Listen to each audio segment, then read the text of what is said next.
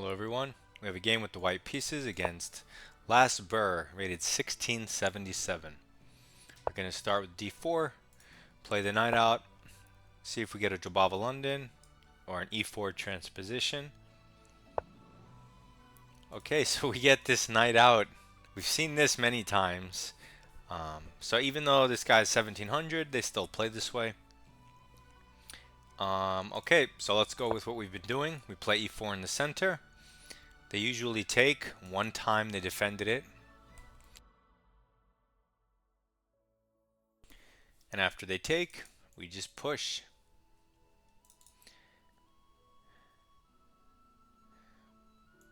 A bit odd to be thinking, because this is of course the most natural move is e4. He takes, we now push and misplace the knight. Some people have gone here, some people have gone here. I believe the best move is to go back home. But that's a hard move to make psychologically. It's also hard to determine that that's the best. And so he goes here and attacks a pawn, which is defended twice. I believe in our other games we simply kick the knight. And then the knight goes back to a6. And we've had a few games that went down this line. And I believe their bishop b5 check was the move we played in this speed run. Getting the bishop to come out to d7. Pawn where we take the knight, double his pawns, and he cannot fianchetto. So let's go down that line.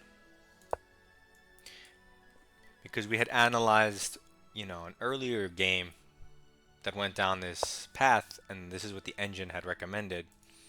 To lure the bishop there, and then snatch the knight, so that the bishop can't come here. Now his structure's ruined. We could take back our pawn, or we could develop.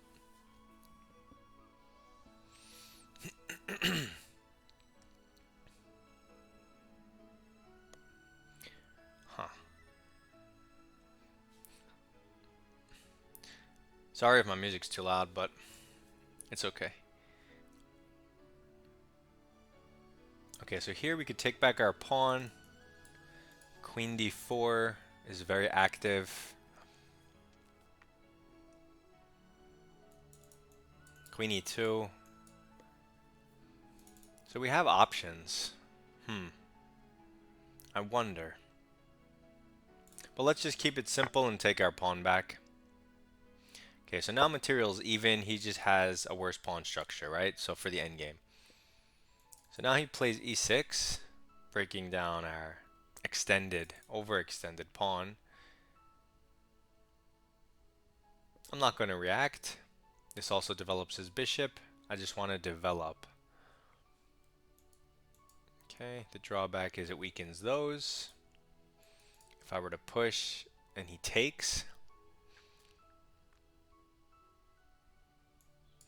check, forces this. I mean, it's all fancy. Let's just develop and try to castle. So let's get our knight out, our other knight, and prepare castling. Okay, he takes the pawn. I was just going to take with my queen. Yeah, I don't really see the downside because if he develops the knight, I can just trade knights so he doesn't get the tempo. He's not going to do that though because he can't take back. Okay, so he moves his bishop and just offers the queen trade. But after the queen trade, we have long-term permanent weaknesses to target with our rooks. So I'm not against the queen trade. If we were to give this check, he'll go back with the bishop. And do we have a cool move? I don't really see it. So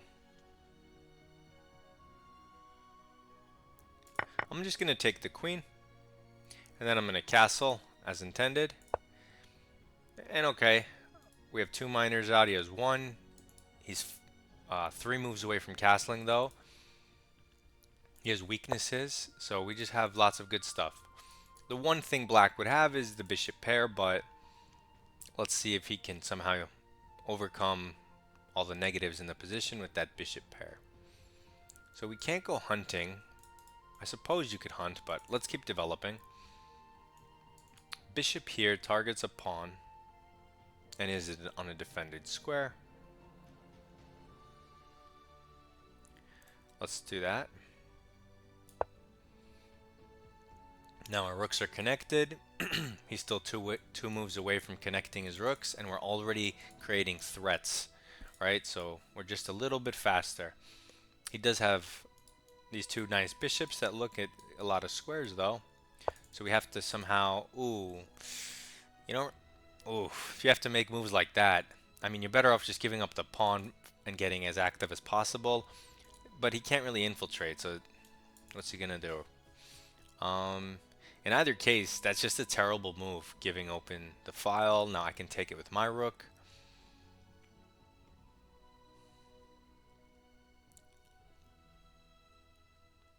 Which rook? Maybe we could try to get the bishop pair back.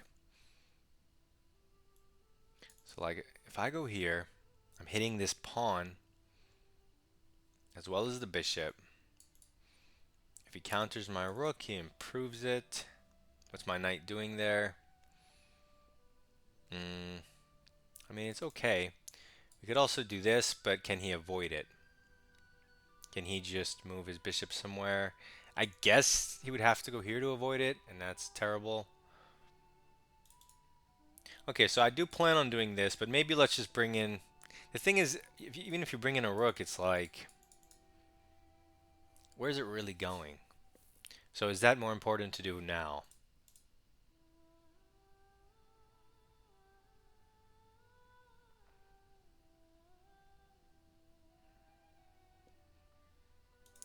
Huh.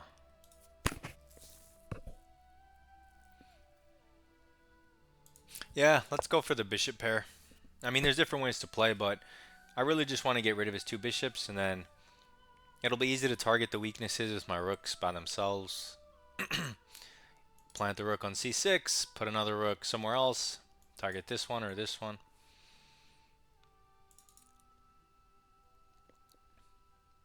And of course, if he takes it, we get the bishop. Okay, so he goes f6, which maybe gives his other bishop some space, controls this square. But now the bishop's loose, the light square bishop temporarily. And now I'm going to get my rook on the e file because this bishop is loose. And his king's here, and the other bishop. If I take his bishop, it helps his knight because now he can't go to f6 because he just stopped him that square. So I don't want to help him. So I'd rather develop a piece on this newly created weakness, the e6 square. If the pawn was back, that square, not the bishop, but the square, is not weak, and I probably would have moved to the d file. But the square is weak. Forget the bishop. Okay, so he moves the bishop, targets my knight, which is defended, but there's X-ray ideas now.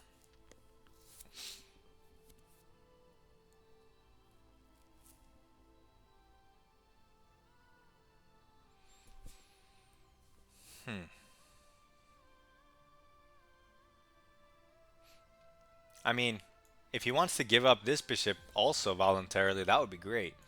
I'll take his bishop's pinned so he can't, do anything. So I'm just going to develop my other rook with a threat. He could take this first and try to mess up my pawn structure here, but then he has to give up both bishops, and at least that's my kings right here. My rooks are centralized, so I have the lead that I probably need to get the endgame. Because look, this rook, it takes a lot of moves to contest me. I'm already here. His king's still here too. So maybe takes, okay, so he takes the knight. But now this is pinned and we're hitting it twice, and we can add a third attacker and a fourth attacker with enough time. All he has to do, though, to get out of a pin is move his king. But if he doesn't move his king this turn, which he didn't, then maybe we can pile up.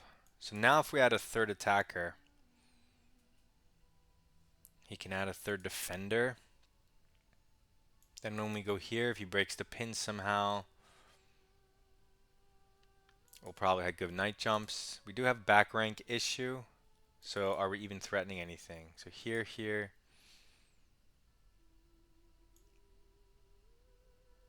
Takes, check here. I guess we are. Okay, so let's add a third attacker because he's undeveloped. And this is how a 1700 gets punished for not castling in time. Okay, so he does defend it. Fine. I was thinking this move. He can't get these pieces out. I mean, he can go knight here, but who cares? If he sacks the rook, I take with the... it's whatever. Okay, so let's go for the fourth attacker. Also with other possible checks, because he might move his king right now. So yeah, maybe king here. I still don't like it for black, but... I mean, I could immediately take a pawn. If I take this guy, this comes out.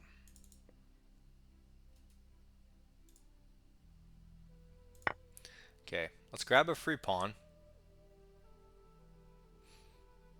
That's one improving move. Another improving move is create some space for my king, so I don't have back rank stuff to look at. These can come at any moment. I suppose this is clever.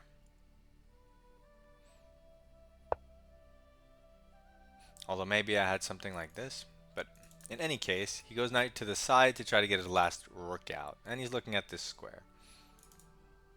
I think knight here is really strong. So let's improve it to a really nice outpost. Now my bishop is safe from lateral exposure. We're currently hitting a piece we'll gladly take even if it wasn't hanging. We want that trade. This knight, where can it go? Nowhere that matters too much. We're up a pawn. So we have a 3-on-2 over here. Because I said these would be weaknesses, and now we just took one. We're running a little low on time. Okay, so he does that, but I mean, he's kind of self-pinning now. So can I go back? He gets a bishop, I get a rook.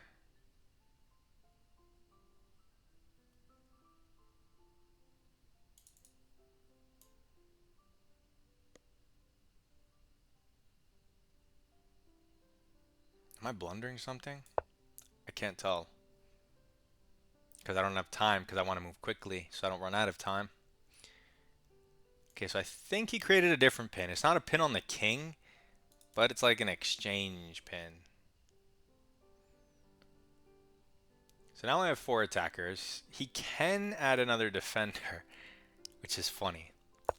He does go back, so I can't kick it with a pawn. Adding another defender. Okay. He's still kind of pinned, I feel like, right? So let's create some back rank space, maybe? Or should we just take the bishop with the knight first? Boom, boom, boom, boom, boom, boom. Oh yeah, we could just trade into a winning endgame. So let's do that. Let's take with the rook, so it's check.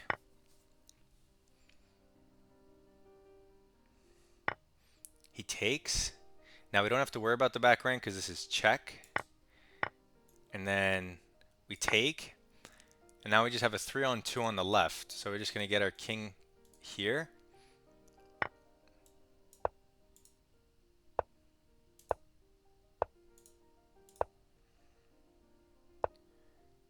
Okay. We're going to kick his king away. Oh, he goes to that side. That's weird. Now I'm going to create a pass pawn. Okay, he goes back. I'll take more space. Okay, he wants to give me a check. Let's create a pass pawn no matter what he does. Oh, he goes this way. Now I have two connected passers, so this is definitely winning. Yeah, I could just keep my king here. And he lost the game because he has to babysit these now.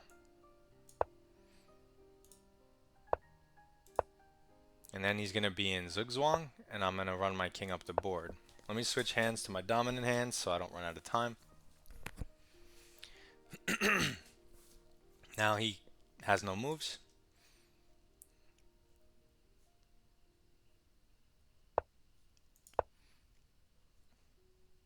We just crawl in, we take the pawn. And now you can walk the king and promote these pawns, you know, side by side, or you can just leave them here because he can never take them, and he'll probably resign because this feels a lot worse because you obviously, you know, I take all your stuff.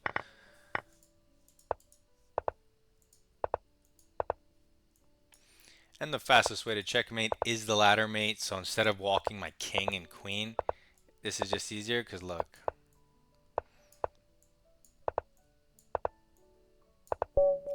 Yeah, that's just easier. And we get the win with a couple seconds left, so hooray for us. Let's go over the game. So we get this weird opening where they copy us with the knight. I'll never understand it, especially at a 1700 rating. Super weird.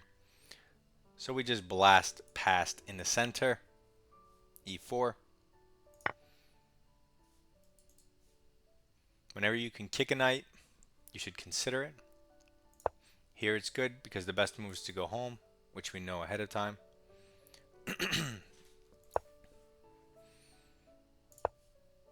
Improving move for free. Improving move for free. Or developing move for free. Now he goes here. This is a free positional gain. Now we take free stuff. And it's +1. So nothing crazy, but you'd rather be white. Okay, develop and center. Let's say force move, recapturing development center. Oh, I missed a win here. It was the move I was looking at, queen c6. But I said he was going to go back, so I missed, what did I miss? Let's see.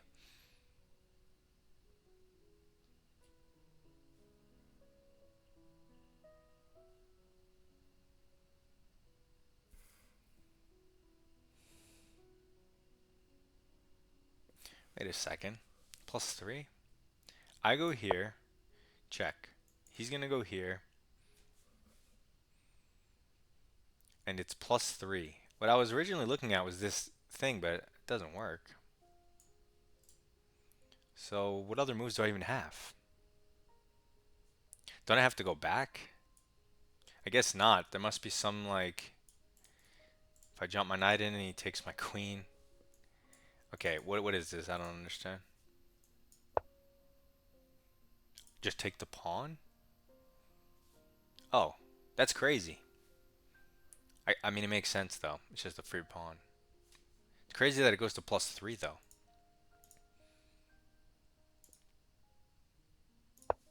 Oh, okay, okay. So I saw this check, and I was looking for ways to take advantage of the king and the rook.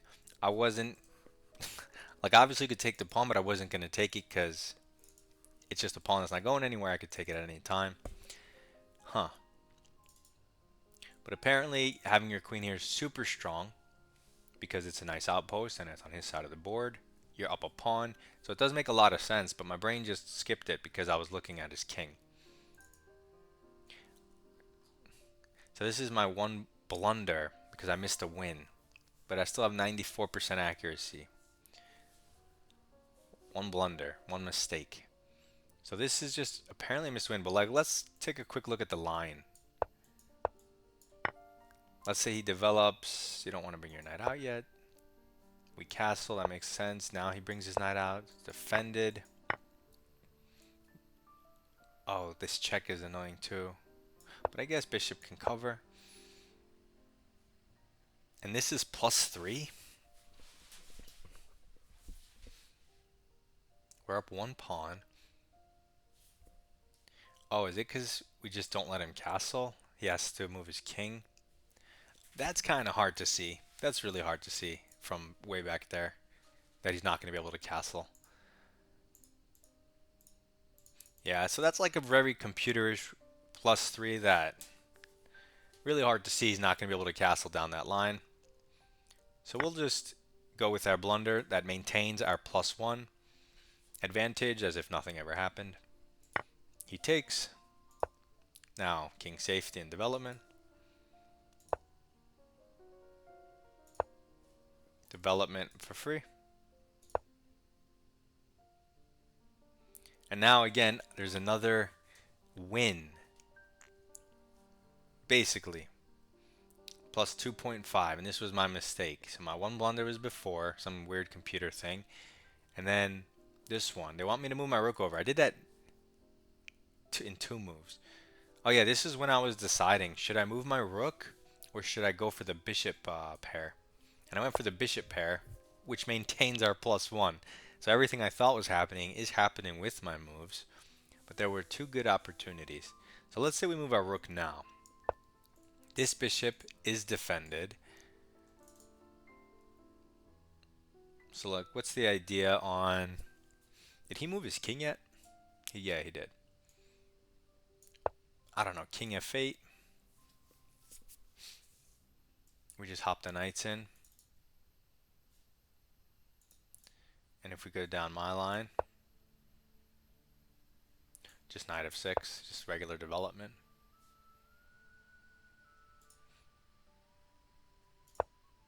It's hard to see that.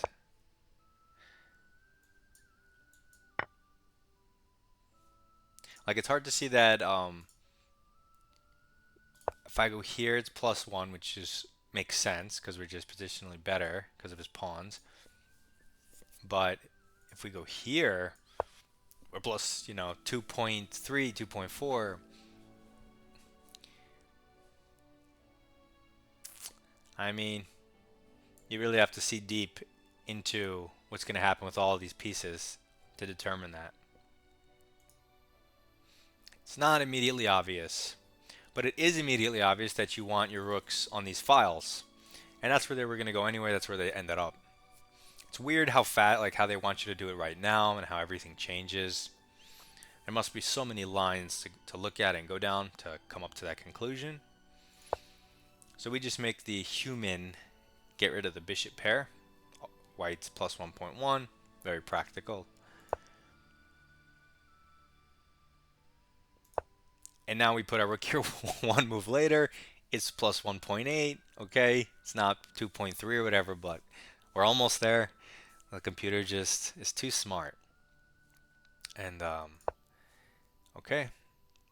Now we bring our other rook in the game for free. And now our position just looks awesome. And although we're not up anything, it's +1.8. And I was trying to allude to this in the game, how he has these weaknesses and our development's better, and his king is far from castled. So he trades pieces, gives up the bishop pair, which he definitely wants to try to keep those bishops as, if he can. But now he just creates a pin, and from here it's +3 because there's really no sufficient way to deal with the problem of development in time. Because even if he solves the bishop pin, if I infiltrate, that's also game over. So he goes here, and wow. Okay, the 2 best moves are tied. The one I played, and take. But let's say you take. What's the line? King takes, and then we just snatch the pawn, and it's +3. Oh my god. Meanwhile, what I did, which goes to win a piece, also +3. Okay, so he defends. Wait, what did we do? Oh, okay, yeah. We tried to add another attacker. They suggest, like, taking the pawn. It's like... What? Or bishop back to e3? I'm never making that move. So I make a normal move where you try to advance your knight forward, and it's +2, and everything is still hanging, right? So it's not like those moves go anywhere. Now I take free stuff because I maximized my knight already, or at least improved it a little bit. Improve a piece for free. He tries to defend. And now we got this cheeky tactic. Improving our piece for free. It's +4. Now it's +5 basically. Free stuff. Winning endgame. We just trade. Doesn't matter if you have more dominating lines, because at the end of the day, this king and pawn endgame is +3. So as long as you know that this 3-on-2 and this 3-on-3 is a win for white, and you're not born knowing that, so you have to acquire the knowledge. But as soon as you know that, then you can trade everything. You can discard all of their lines, even if they're +6, 7, 8, or whatever the engine says, because this is the most elementary conversion, and it's the most surefire conversion. So that's what we do. And then we just play an endgame where these 3 pawns take care of the other 3, so you don't have to do anything.